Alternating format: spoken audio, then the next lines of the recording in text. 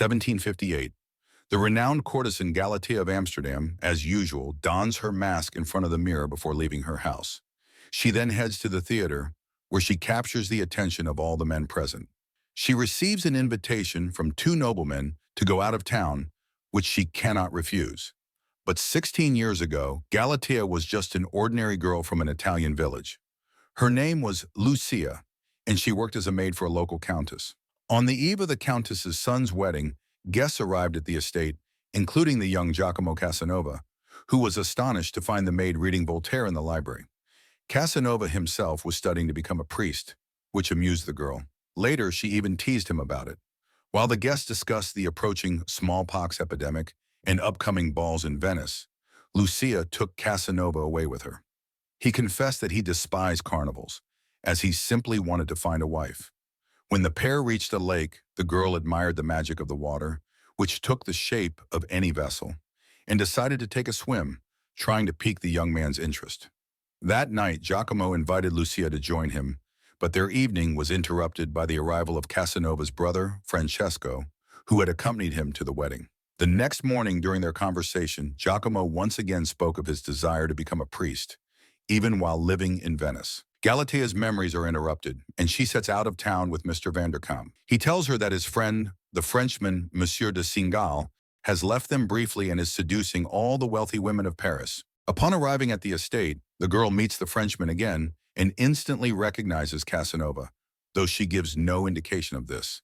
She joins the men for dinner. During their conversation, Galatea, wishing to provoke the current libertine, quotes verses from the Holy Scriptures, which captures Casanova's attention.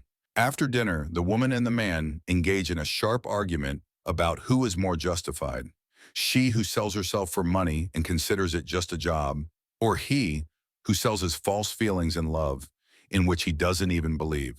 Galatea drifts back into her memories, to the time when she was still Lucia, serving at the countess's son's wedding.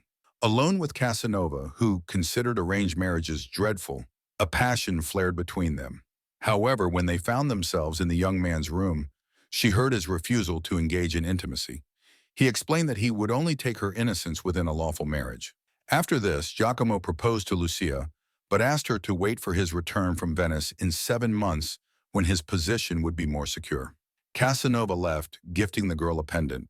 The countess began teaching Lucia how to behave like a noblewoman and brought her expensive dresses from Venice. However, these dresses and other items the countess had touched had to be burned, as she had contracted smallpox in the city.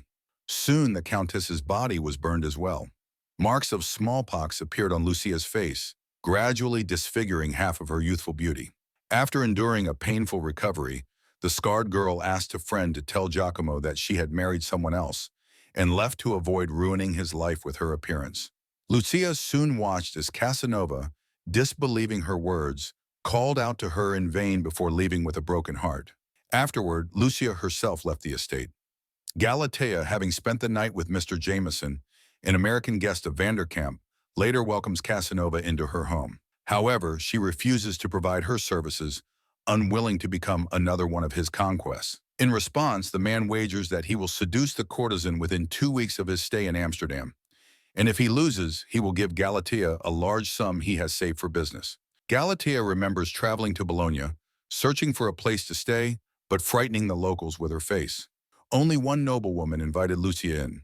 Learning that the girl was seeking learned women, whom she had heard about from the estate guests, the noblewoman told Lucia she had come to the right place. For a while, the provincial girl became part of a circle of women who discussed science and philosophy. Later, one of them, Zelida, offered her a position as her secretary and an invitation to travel to Venice together. Upon arriving, Zelida gave Lucia the name Galatea and placed a mask on her, as a carnival was taking place in the city. At the ball, Lucia encountered the wife of the countess's son, for whom she had once worked, and inquired about Casanova. The woman replied that Giacomo was breaking women's hearts left and right in Paris, and that strangers should avoid getting involved with him. The next morning, Lucia visited Casanova's brother, Francesco, an artist who still lived in Venice.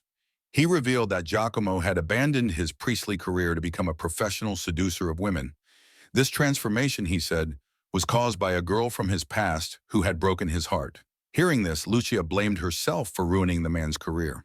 Zelida advised her to focus on her future and took her to a local house of pleasures, introducing her to the mistress as Galatea. The mistress explained that her girls gained financial independence there and no longer needed marriage to secure a place in society.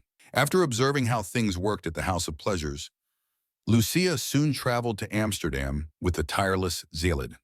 On a date with Casanova, Galatea learned that he had become a seducer after a girl had broken his heart. She asked him to share his secrets of seduction, thinking they might be useful in her work. However, she found them primitive. Sultry eye contact, love letters, and small gifts. The courtesan quickly declared that Casanova's charms had no effect on her. Giacomo escorted Galatea home, and she recalled how Zelid had confided in her that they had come to Amsterdam because she was dying. But for Lucia, with her appearance, this city was the best place. When Zelid passed away, the landlord immediately threw Lucia out onto the street. Selling her books at a pawn shop for some money, she became homeless. Lucia attempted to work as a courtesan, but clients refused to pay upon seeing her face. She then tried working as a seamstress, but onlookers threw trash at her, making it impossible to work. Eventually, she became a subject for medical students studying smallpox. Seducing a professor, she began receiving additional money from him, which allowed her to buy decent clothes, reclaim her books from the pawn shop, and, wearing a mask, once again attract men's attention. Vanderkamp visited Galatea's house and, quickly finishing his business with her, left. That evening, Casanova took the courtesan to dinner. He asked if she had ever loved anyone or wished to have a family. She replied that all the men who came to her fled from their families, so she had no desire to bind herself in marriage.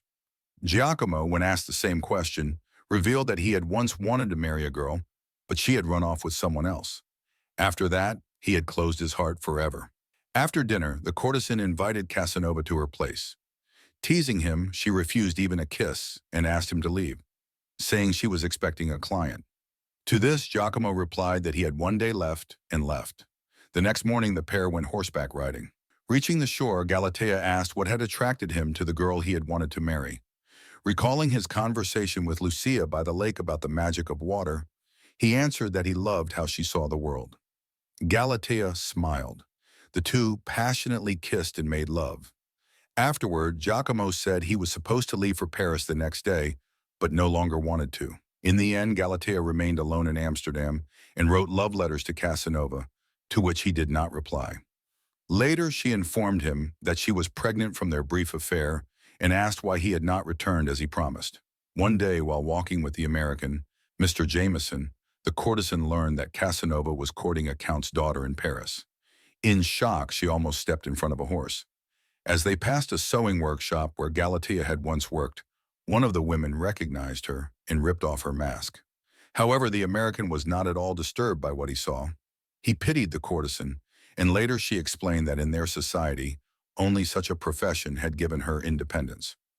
Mr. Jameson invited Galatea to leave for New York with him in a week, saying that in America, she could achieve independence without providing intimate services. He also added that her pregnancy by Casanova did not bother him at all. Galatea wrote Casanova one final letter promising to introduce him to Lucia.